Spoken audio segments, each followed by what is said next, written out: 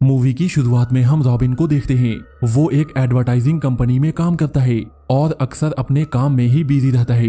Robin अपने काम में इतना बिजी रहता है कि वो अपनी गर्लफ्रेंड को भी टाइम नहीं दे पाता, जिस वजह से उन दोनों का बार बार झगड़ा होते रहता है। उसकी गर्लफ्रेंड चाहती है रॉबिन उसके साथ टाइम स्पेंड करे, पर रॉबिन ऐसा नहीं करता। इसके बाद रॉबिन अपने ऑफिस में जाता है। यहाँ उसकी असिस्टेंट उससे कहती है आज उसे लाइसेंस एग्जामिनेशन के लिए जाना है, नहीं तो उसका लाइसेंस सस्पेंड कर दिया जाएगा। इसके बाद रॉबिन एग्जाम देने जाता है। यहाँ उसके साथ और भी कई लोग एग्जाम देने आए थे। यहाँ पे सैरा नाम की एक लेडी भी होती है जिसके हाथों में बहुत सारा सामान होता है और वो शॉपिंग करके सीधा एग्जाम देने आई थी, जिस वजह से सभी का ध्यान उसकी ओर आ जाता है। सैरा दिखने में थोड़ी अजीब होती है, पर वो अपने लाइफ को खुलकर एंजॉय करती है। क्योंकि रॉबिन ने एग्जाम की तैयारी नहीं की थी, इसलिए उसे समझ में नहीं आता वो क्या लिखे। फिर वो सैरा से हेल्प मांगता है, लेकिन एग्जामिनर उन्हें देख लेता है। लेकिन रॉबिन को पनिशमेंट देने के बजाय वो सैरा का पेपर फाड़ देता है और उससे 1 महीने बाद आने के लिए कहता है। इसके बाद सैरा रॉबिन को गुड लक कहती है और एग्जामिनेशन हॉल से निकल जाती है। फिर एग्जाम खत्म होने के बाद रॉबिन जब बाहर आता है तो वो देखता है सैरा उसके कार पे बैठी है।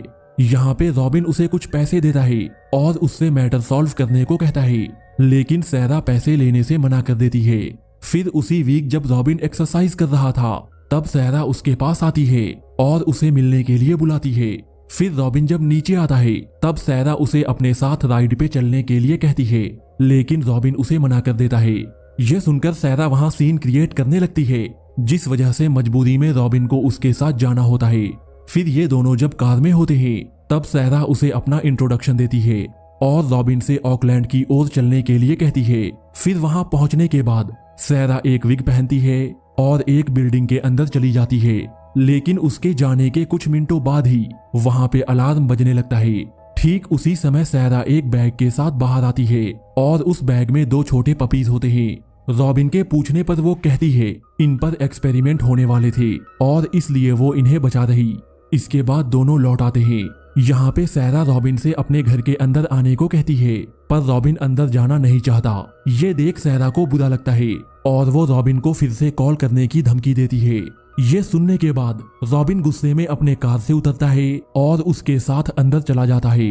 फिर पपीज को सेफ जगह रखने के बाद सैरा रॉबिन के लिए कॉफी बनाती है और रॉबिन के अंदर की कमी को दूर करने में उसकी हेल्प करने को ऑफर करती है, पर रॉबिन उसका ही मजाक बनाने लगता है। लेकिन इसके बावजूद भी सैरा उसकी मदद को तैयार हो जाती है।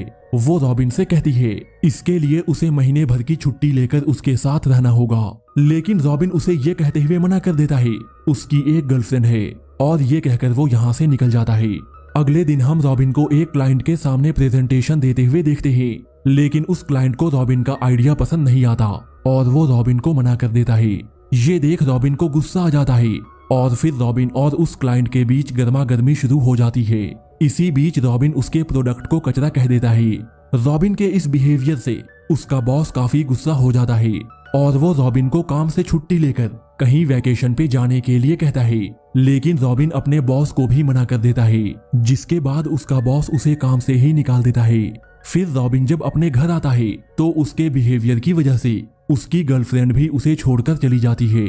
फिर अगले दिन जब रॉबिन ड्रिंक कर रहा था, तभी उसके दरवाजे की घंटी बजती है और उसके लिए एक डिलीवरी होता है, जिसके अंदर वही पपीज होते हैं जिन्हें सैरा ने बचाया था। ये देखकर रॉबिन तुरंत ही उन पपीज को लौटाने के लिए सैरा के पास पहुंच जाता है।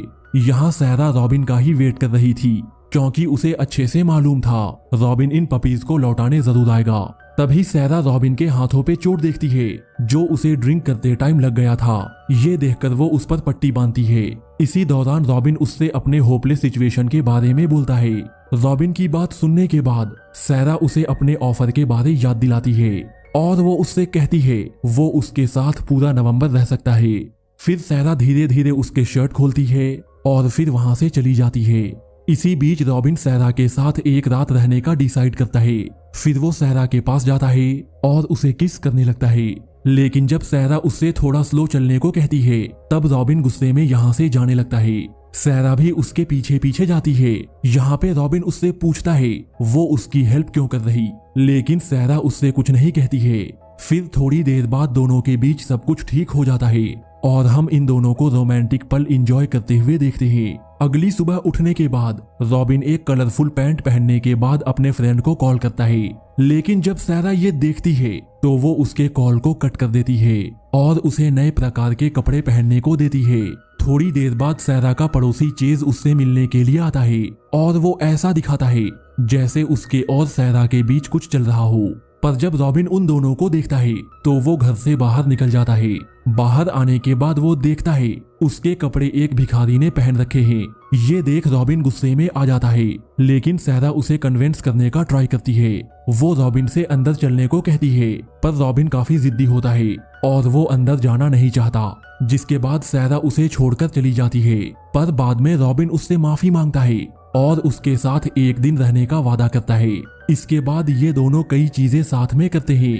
फिर जब रॉबिन ये देखता है सैरा छोटी छोटी बातों पर भी खुश हो जाती है, तो वो उससे पूछता है वो अपनी जिंदगी ऐसे क्यों जी रही।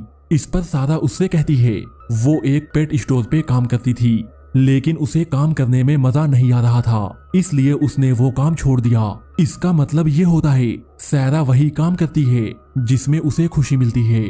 फिर अगले दिन हम इन दोनों को साथ में देखते हैं। यहाँ सैरा रॉबिन के आंखों पर पट्टी बांध देती है और दोनों खेलना शुरू करते हैं। इस खेल में रॉबिन काफी बार गिरता भी है। खेलने के बाद रॉबिन सैरा से कहता है वो आज रात यहाँ से चला जाएगा।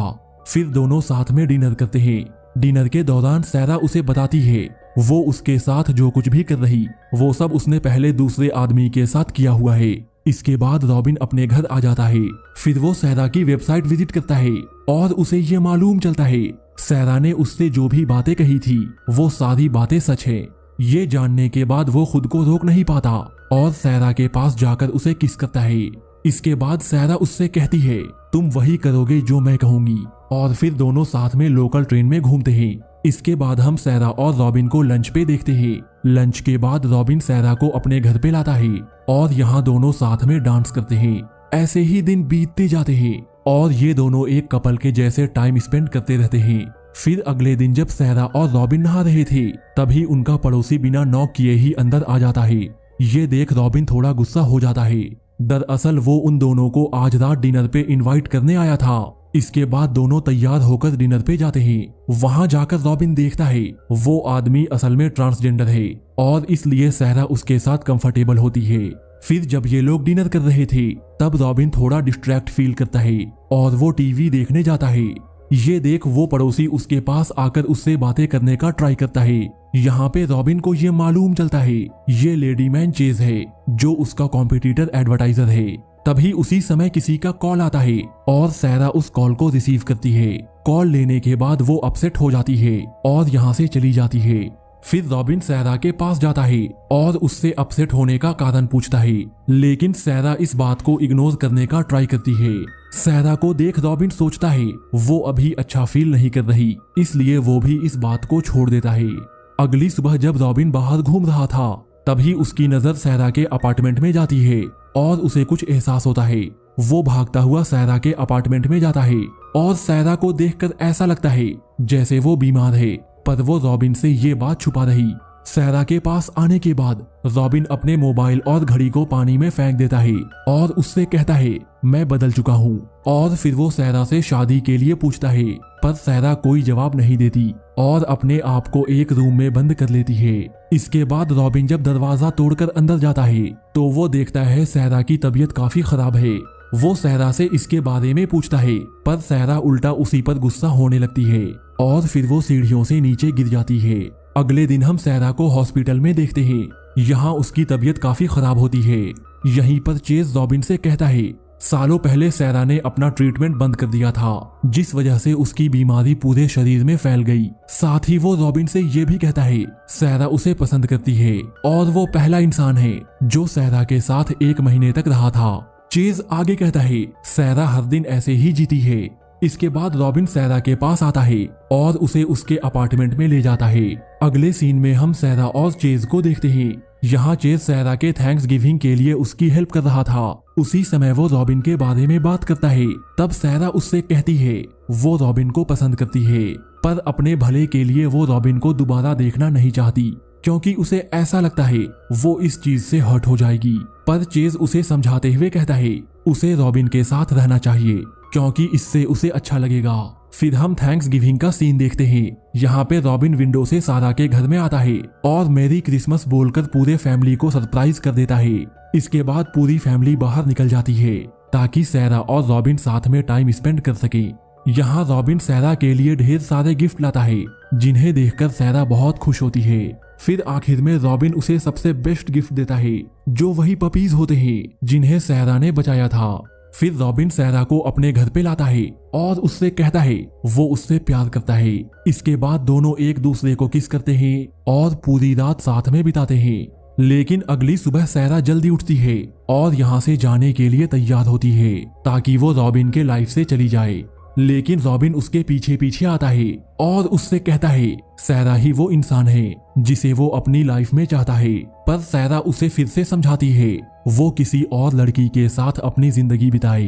पर सैरा की बातों से ये साफ हो जाता है वो भी उसे चाहती है, लेकिन वो रॉबिन के लाइफ के बारे में सोचकर ये सब कर रही थी। फिर सारा रॉबिन के आंखों पे पट्टी बांधती है और उसे किस करके यहाँ से चली जाती है। उसके जाने के बाद रॉबिन अपने आंखों से पट्टी को हटाता है और उसे स्मेल करता है और ये स्टोरी यहीं पे खत्म हो जाती है।